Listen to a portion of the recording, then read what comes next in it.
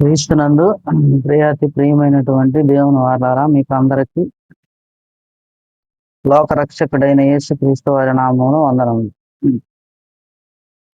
సామెతల గ్రంథము 31వ అధ్యాయం 1వ వచనం నుంచి ఆఖరి వచనం వరకు అనంత జ్ఞాని అయిన దేవుని దయ వలన చూడకుండా నేర్చుకోవడం జరిగింది. చూడకుండా చెప్పబోతుండగా, ఒకవేళ ఈ వీడియో ఎవరైనా చూస్తే మీ బైబిల్ ఓపెన్ చేసి చూసుకోవాల్సిందిగా ప్రేమతో తెలియజేస్తూ ఉన్నాం. సామెతల గ్రంథం 31వ అధ్యాయం 1వ వచనం. రాజైన లెమూయేలు మాటలు. అతని తల్లి అతనికి ఉపదేశించిన దేవోక్తి. తల్లి దేవోక్తులు ఉపదేశించిందంటండి లెమూయేలుకి. అలాగే 2వ వచనం. నా కుమారుడా నేనేమందును, నేను కన్న కుమారుడా నేనేమందును, నా మ్రొక్కులు మ్రొక్కి కనిన కుమారుడా నేనేమందును. 3వ వచనం. నీ బలమును స్త్రీలకు ఇయ్యకము, రాజులను నశింపజేయు స్త్రీలతో సహవాసము చేయకము. ఎంత మంచి మాట అండి. ఎవరిని రాజులను నశింపజేయు స్త్రీలతో సహవాసము చేయకము.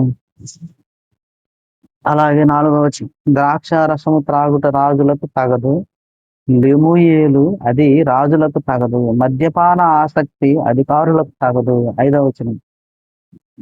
వారు త్రాగిన ఎడల వారు తమ కట్టడలను మరచుదురు, దీనులందరికీ అన్యాయం చేయుదురు. అలాగే 5వ వచనం.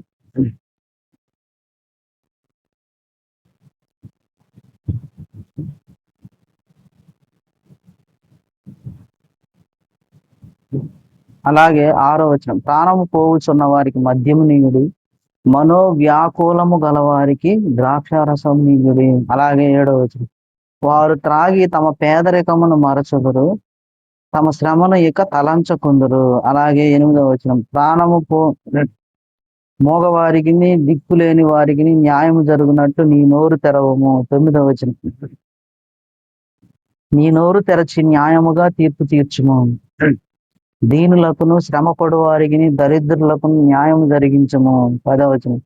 గుణవతి అయిన భార్య దొరుకుట అరుదు, అట్టిది ముత్యముల కన్నా శ్రేష్టమైనది, అమూల్యమైనది.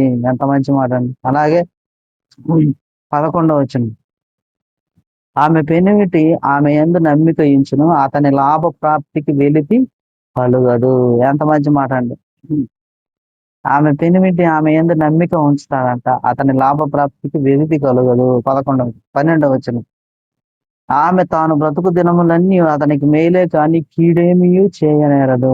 ఎంత మంచి మాట అండి. అలాగే 13వ వచనం. ఆమె గొర్రెబొచ్చును అవిసెనారను మెదకును, తన చేతులారా వాటితో పని చేయును. అలాగే 14వ వచనం.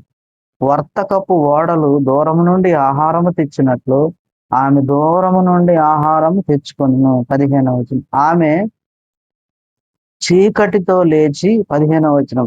తన ఇంటి వారికి భోజనము సిద్ధపరచును, తన పని కత్తెలకు బత్తెము ఏర్పరచుకొనును.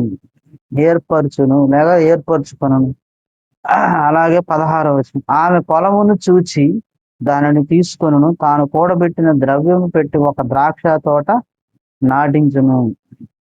అలాగే 17వ వచనం.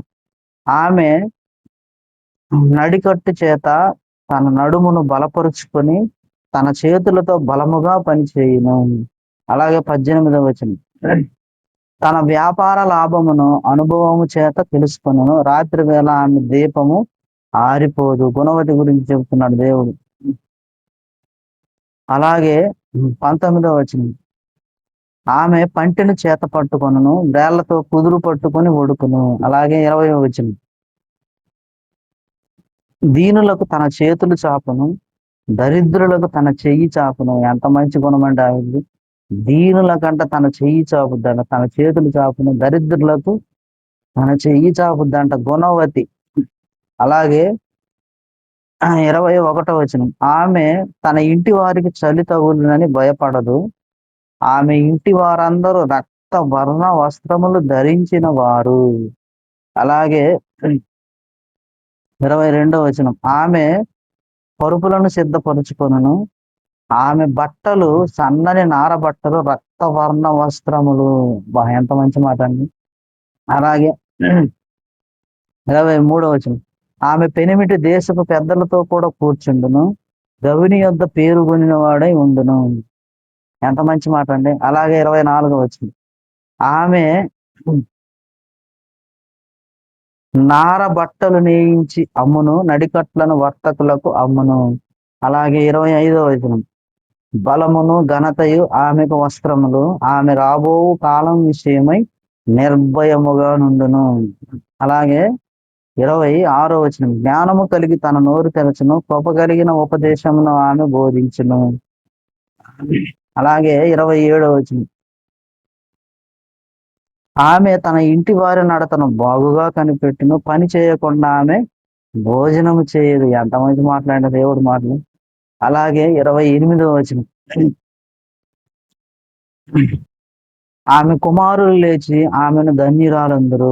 29వ వచనం, చాలా మంది కుమార్తెలు పతివ్రత ధర్మమును అనుసరించిరు గాని వారందరికంటే నీవు మించిన దానవని ఆమె పెనిమిటి ఆమెను పొగడును. అలాగే 30వ వచనం, అందము మోసకరము, సౌందర్యము వ్యర్థము, యెహోవా యందు భయము భక్తి కలిగిన స్త్రీ కొనియాడబడును. అబ్బా, ఎంత మంచి మాట. అందము మోసం, సౌందర్యం వ్యర్థం, యెహోవా యందు భయము భక్తి ఏ స్త్రీకైతే ఉంటుందో ఆవిడ కొనియాడబడును అన్నాడు దేవుడు. ఒక రూతు యెహోవా యందు భయభక్తులు కలిగిన స్త్రీ, అందుకే దేవుడు ఆమె గురించి రాయించాడు బైబిల్లో. అలాగే ఒక ఎస్తేరు, ఒక శారమ్మ, ఒక మరియమ్మ, యేసుక్రీస్తు వారిని కన్న తల్లి మరియమ్మ, వీరందరూ దేవుని యందు భయభక్తులు కలిగిన స్త్రీ, కొనియాడబడుతున్నారు వాళ్ళు. అలాగే 31వ వచనం, చేసిన పనిని బట్టి అట్టి దానికి ప్రతిఫలం ఇయ్యదగును, గౌరుల యొద్ద ఆమె పనులు ఆమెను కొనియాడును.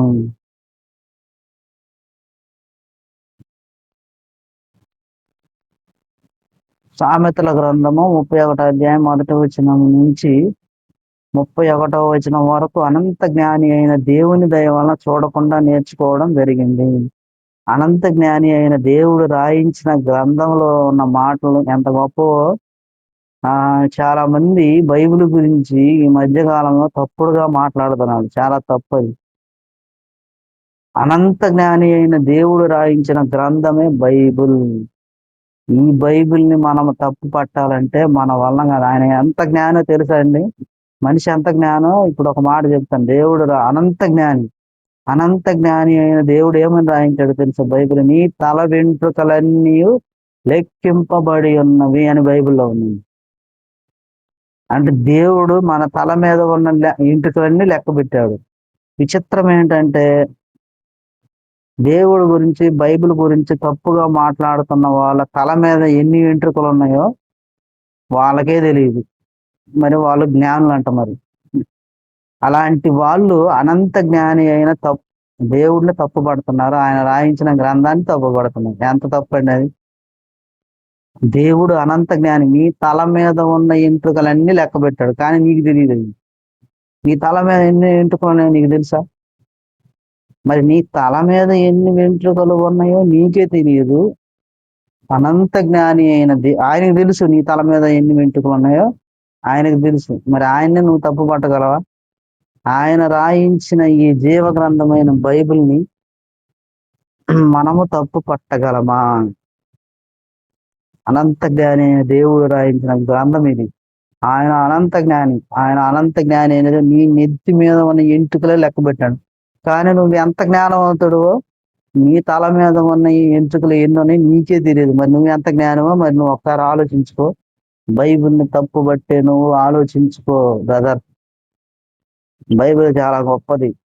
అనంత జ్ఞాని అయిన దేవుడు రాయించిన గ్రంథం ఇది. కనుక ఒక్కసారి అనంత జ్ఞాని అయిన దేవుణ్ణి తప్పు పట్టాలి అని అనుకునే ముందు నీ బుర్ర మీద ఎన్ని వెంట్రుకలు ఉన్నాయో లెక్క వేసి నువ్వు మాకు చెబితే అప్పుడు నువ్వు జ్ఞానవంతుడు అని మేము ఒప్పుకుంటాం. మరి ఈ వీడియో చూసిన మీ అందరికీ యేసుక్రీస్తు నామములో వందనములు తెలియజేస్తున్నాం. ప్రియులారా, దేవుడు మనకి ఆదివారం నుంచి ఆదివారం వరకు ఎన్ని రోజులు ఇస్తున్నాడు తెలుసా? 6 రోజులు ఇస్తున్నాడు. 6 రోజులు, రోజుకి 24 గంటలు. 24 గంటలలో ఆ 24 144 గంటలు. 144 గంటలలో 100 గంటలు మనం మన పనులకు కేటాయించిన 44 గంటలు ఉంటాయి. ఈ 44 గంటలు నువ్వు సమయాన్ని వృధా చేయకుండా దేవుడు చెప్పినట్లుగా సమయమును పోనివ్వక సద్వినియోగం చేసుకొనుచు అజ్ఞానుల వలె కాక జ్ఞానుల వలె నడుచుకోమని దేవుడు చెప్పాడు. మరి నీ సమయాన్ని వృధా చేసుకోకుండా నువ్వు దేవుని దగ్గర బైబిల్ దగ్గర కూర్చుంటే ఇలా ఎన్ని అధ్యాయాలు చూడకుండా నేర్చుకోవచ్చు. ఆ అధ్యాయాల వెనక ఉన్న భావాన్ని ఎంత నేర్చుకోవచ్చో ఒకసారి ఈ వీడియో చూసిన నువ్వు ఆలోచించుకో.